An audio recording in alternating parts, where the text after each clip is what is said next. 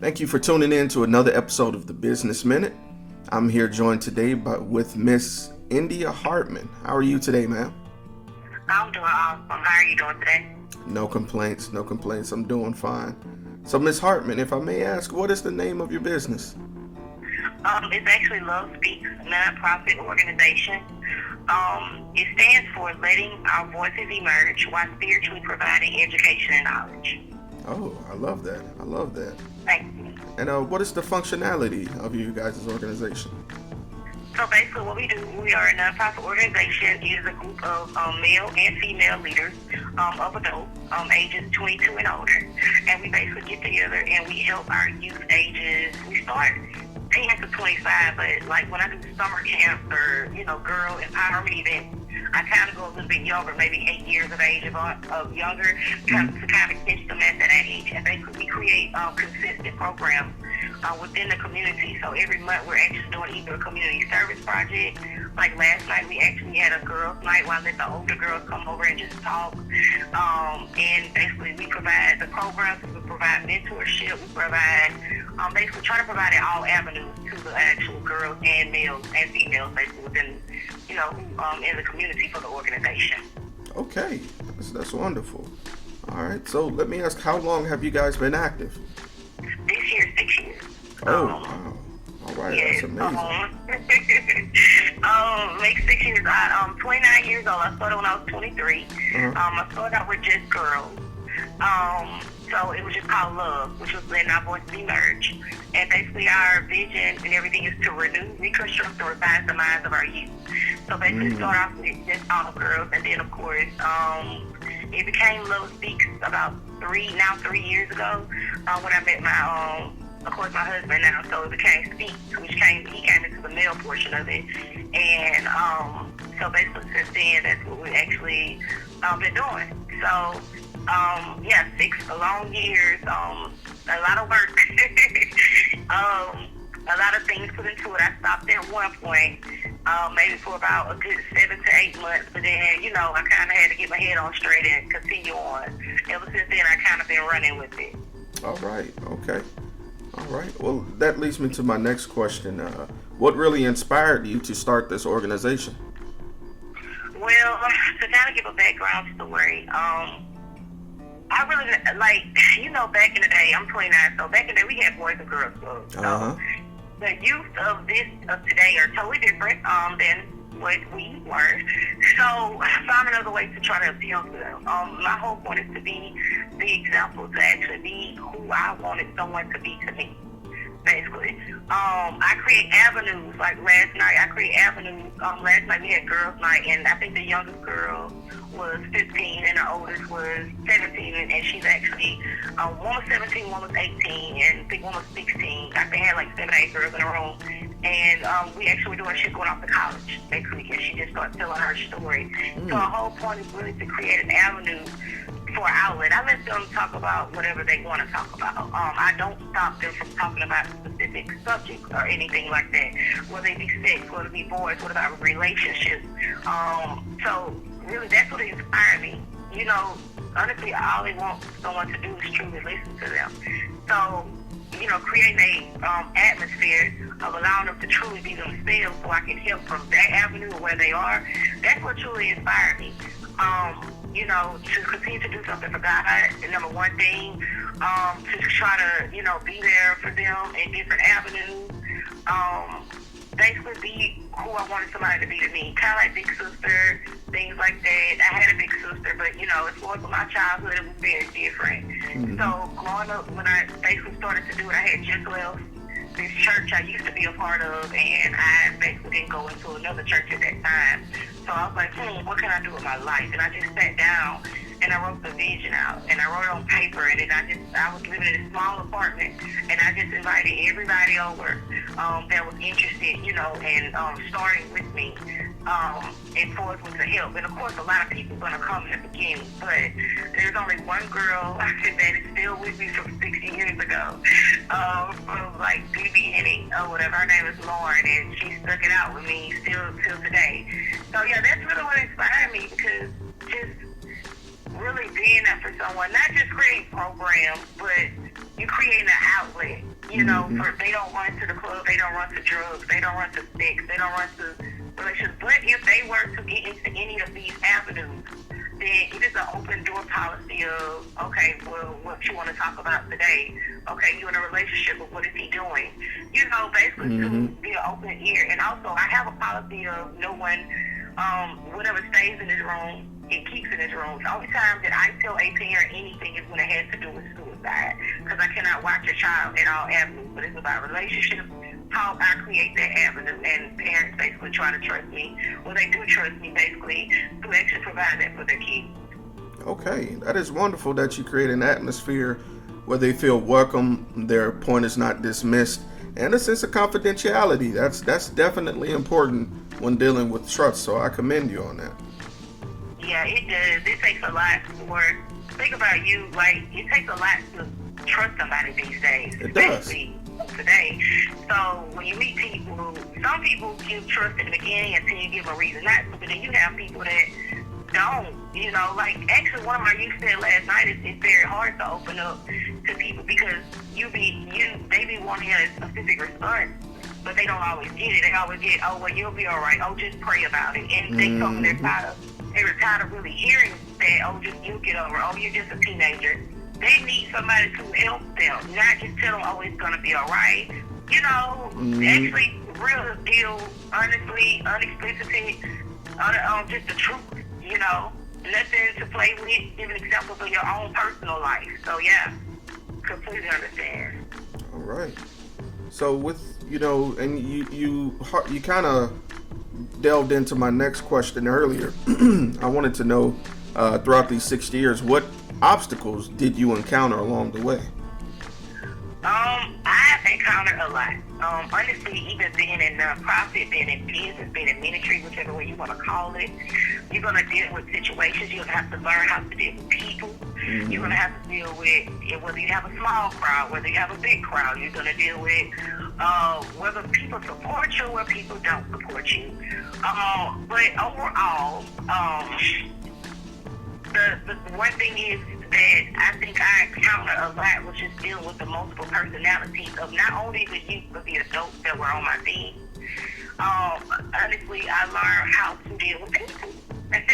So, honestly, when you're in a business world, you can't just be your own self and just think that people are just going to be everything that you want them to be. You know, you think that, well, they're going to do this and they're going to do that. No, that's not a way of doing things. I think I learned true leadership through really the difficulty of learning how it actually, the 6 years I did it, it changed who I was, because I started out getting frustrated when I had like big events.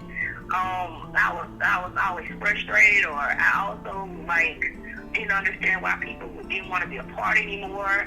Why some parents, was like, maybe they go to another organization, or why some people feel like, okay, I need to back away. And I kind of learned everything on that aspect. I learned how to treat people. I learned how to understand how to,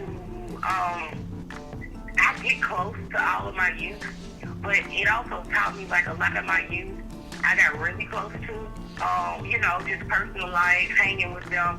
But I think the one thing I think that I truly learned was really learning that they are a teenager or they're a youth and I am still an adult, as well as that, as far as on that magnitude. Like I said before, yes, I will let them talk about anything, but I will not let them disrespect me or their parents or anything, or even themselves while in the presence, not only of me, but anybody else. So I really just, the difficulty is really just continuing to go. Basically of nobody being there for you or nobody giving you money to help you with this, basically learning the different avenues of doing it on your own. All right. I understand that. Wow. All right. Now, with that, and that does seem to be a harrowing task to kind of manage that type of environment. So, how do you manage to balance work and personal life? Well, it took a while for that. That was another thing. Love pieces like it, that is my life. So, truly learning how to do that and managing my personal life. And actually, I just learned to balance it. Honestly, I was, and I think I learned to balance it more when I got married. I only been married a year and a half, so honestly, I was this single girl right before a lot. So my life was my ministry. I did it all day, every day. But now, like, I truly learned how to balance my home life, to be in balance. Love speaks and learning to truly separate it in a sense of matter. I basically learned respect. I learned truly that, okay, use this time for this time. Like, for example, I also have another job, of course. So I learned how to clock out. I had to learn how to clock out, basically. Because especially when you're running with your passion, your ideas flow at any given time. I learned how to write things down instead of letting it overpower my time.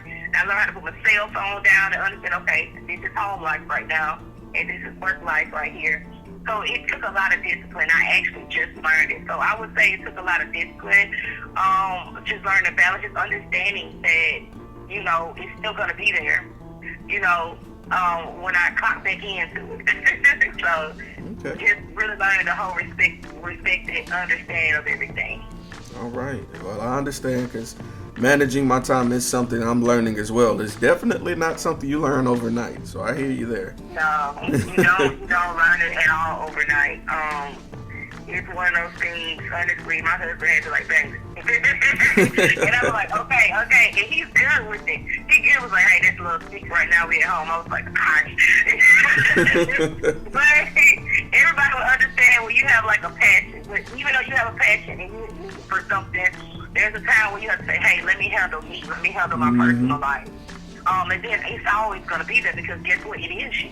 You are that. If it's truly what you're meant to do, it's going to be there. So when you learn that when home is important, when family is important, just as much as your organization, and you need to be healthy yourself. You need to have rest yourself. You need to spend time with people outside of your organization yourself, and you have to worry about you and balancing you versus everything else. That you are important, your family is important. Then you'll learn to balance it a little bit more. I would say. Okay. All right. Now, this one might, and I hate to blindside you with this one if I will, but with you dealing with so many different personalities and teenagers, was there any experience that you've had over these last 6 years that have been the most memorable? Repeat that question for me. Sure. Was there any experience that you felt that was the most memorable? Of the whole, just memorable with my youth, or memorable with just being doing the business? Actually, considering both, was there any particular one that stood out to you that was like, wow, this is why I do it? Yes. I'll give this personal story. Running a business or running an organization, especially dealing with youth, is hard because especially if you're dealing with things in your own personal life. So, like you said, balance between home and business. And actually, I was on the way to an event, but I had got really frustrated about something.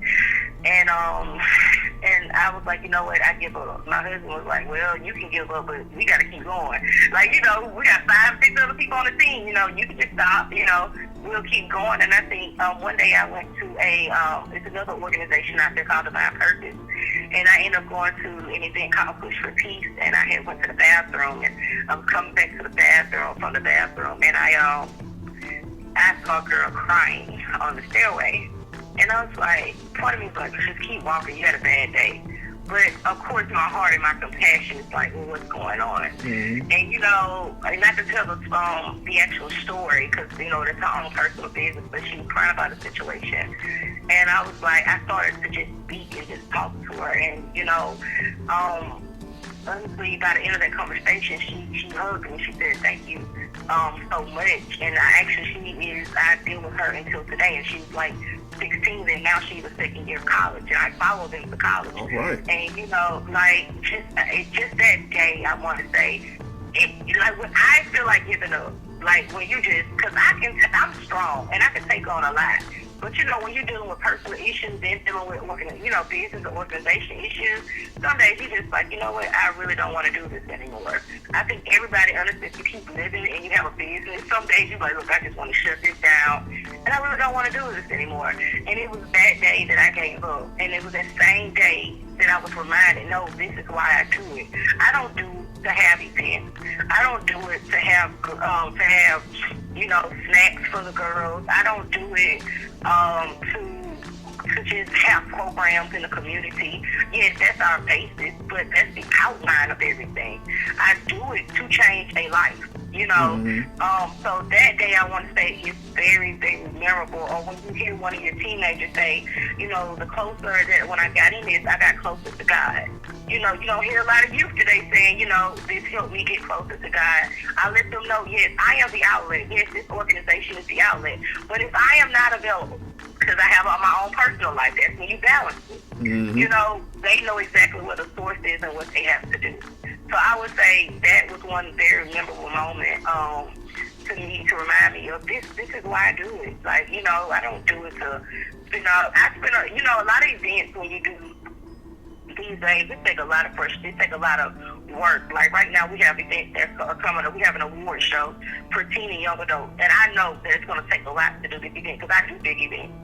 So, I'm like, oh my gosh, I'm just waiting. I just know that this is going to cost so much. But the reason I am doing this is what keeps me going. And that's all the memorable moments and the reason why this is why I do it, to change a life, to have a child to actually smile. I have a lot of youth on my team that don't trust their moms or don't get along with their moms. But literally, they can actually tell me, this is why I don't, this is what I'm having problems with, and not to turn them against their moms, but to just be there for them, because everybody can reach a child. Mm-hmm. So that would be, I gotta say, my most memorable moment. All right. Okay. So, and I'm gonna move ahead to this next question because I can understand you're 6 years into it, and I'm really interested to see what the future of the organization is. So I'm gonna ask you this: where would you see your business in 1 year, 3 years, and then 10 years? Okay. In 1 year, from where it has grown, I will be in my own building. I think the most stressful point is renting people buildings and trying to get community centers and do all of that. So in 1 year, I will be in my own building. I will be, in 1 year, actually, this is funny because I just had this conversation with, for breakfast this morning, is I was asked, why am I still working my regular job? What are my things to get out from my regular job and truly do what I was called to do?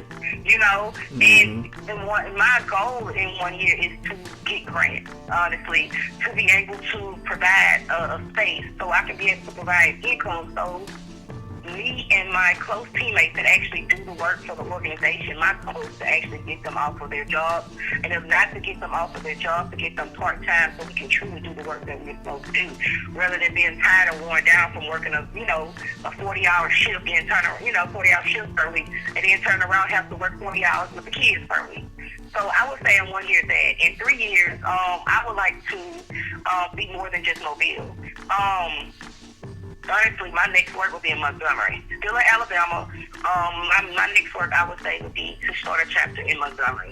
In 3 years, I would like to start another chapter. Spend enough time with this group, getting it done, with 501c3, doing everything we have to do. In 3 years, I would like to actually start in Montgomery. And everything, too. I think that is enough time to get everything here, get grants here, get money flowing, and then the other year was 5 years, right? 3 years and then 10 years. Okay, yeah. So in 1 year I would like to fully to get pulled off of my job. In 3 years I would say to start another chapter in another city, and then maybe in 5 to go into another state. Okay, all right. And I can definitely see at the rate that you're going, you could definitely do that. I really believe in what you're doing. So that leads me to my last question, and I always dedicate this to everyone that's listening because they may be on the verge of taking that leap of faith on themselves. So what words of encouragement would you have for someone that's just starting out? The words of encouragement, number one, is that understanding you as a person with a vision. I think a lot of people get sidetracked because of support. Mm-hmm. Understand that your number one support of course, is God and yourself. Everybody that's close to you won't be your support. A lot of people stop because they don't get support. I didn't get support for a very long time, and honestly, right now, everybody thinks that everybody always supports me. Trust me, I still deal with certain issues, but I would say my advice number one is understanding the vision was given to you. That's one thing. If you understand that you're supposed to uphold the vision, and no one won't be as passionate about your vision but you, not that true passion. Now, you have people on your team that truly love whatever that you are called to do or what you're supposed to do. You're going to have people that do that. But you have to understand that you're the number one responsible to carry it out. There's no one else's responsibility to truly carry out the vision but you. That's one thing. Another thing is when you get frustrated, just understand to calm down. I think my number one thing is I deal with a lot of frustration. Understanding how to work business. I think my thing is truly, whatever you're supposed to do, always have somebody to know a business aspect. You can truly want to do something, but you got to have somebody on your team or yourself to handle the business portion of whatever you're trying to do. If you don't know it, then get someone that does. On my team, I'm the person that truly knows business. I actually form non-profit organizations as well, so a portion of my passion going to help the others still there. So, I would truly say that, and getting people that are on your team not to just be seat fillers. I actually teach this in my nonprofit class. Don't get nobody just because they're your best friend. My own best friends are not in my organization, but if I ask for anything, they would help me. But they're not meant to be in there. Just because they're your friend doesn't mean they're supposed to be a part. If they're not called to help with the vision or whatever you're trying to do with your business or whatever, then, don't always call on them to do it or expect them to do it. Honestly, your support, the majority of your support comes from people that watch you more than they like your statuses on Facebook. Majority of your support will come from people that watch you, but they don't say anything to you. They watch you, and you understand it. They'll watch what you do. They'll watch how you respond to things. They watch how you carry yourself. They respond. They see how you actually do business. Those are the majority of people that truly going to come and they're going to support. They're going to buy into your vision. It may not always be the people that you talk to every day. So I would say that just understand that you're the one that carries the vision. Just do it. No, leap of faith. My 1 year, like I said, I get off my job. That would be a big leap of faith. I love money. I love making money. But my goal is to find a way to provide funds in order for it to pay for me to be off my job. I don't never want to be that person that works full-time organization and don't have no money coming to the end. And that's also stressful. So I would say do what you love to do. If you have a vision, write it down. Follow through with it. A lot of people don't follow through. Get accountability partners. Someone that's going to push you. Somebody's going to actually, a couple of my accountability partners are people that may not say stuff that they make me cry all the time. But I promise it's that seed that grows that actually, right before it's me. Somebody asked me, like, why are you still, working? When you working, you've been working up for 5 years. What are you actually doing to get off of your job? And that actually spoke me today. And then we got this meeting, it's like, hold on, what? I'm not doing nothing. I'm just sitting dormant and thinking it's just going to come to me. Nothing will just come to you. So you actually, you can pray, but you still got to do the work. So that's my advice to everybody. All right. Well, Ms. Hartman, it's definitely been a pleasure. I really appreciate you taking out the time to let us tell your story. And I did want to plug this for everyone else out there in case they wanted to get in touch with you, maybe see what else you're about, or may just want to donate or offer their assistance. How could they get in contact with you? Okay, well, our website, number one, is www.lovespeaks.org. On the website, I update it maybe once a week. Okay. We have our youth award show that is coming up where we're nominating our youth, and we have a girls empowerment coming up, so you'll see everything on the website. Another thing is we do have a Facebook page. It's, of course, facebook.com, and then it's Love Speaks 2015. And then we also have my own personal Facebook page, which I'm an advocate for everything that I do. Mm-hmm. My Facebook name is India Andrews-Hartman. That's INDIA, and then Andrews, ANDREWS, and then Hartman is HARTMAN. And you can actually contact me there as well. I do also have a cell phone number, 251-404-4287. So if you want to donate, you can either donate through the website. With the events we have, we're always looking for sponsors because, like I said, we do stuff every month. Mm-hmm. So, so we always are looking for sponsors with the award show and the girls empowerment. We're looking for sponsors and vendors and everything for that as well. So if you contact all those avenues in which I've given, just let us know directly if you want to cash out. Then it's of course the money sign Love Speaks Inc. Directly post directly to our account as well. And that's it. Okay. All right, Ms. Hartman. Well, once again, thank you for taking time out your day and even allowing us the opportunity to tell your story. God bless. Thank you again.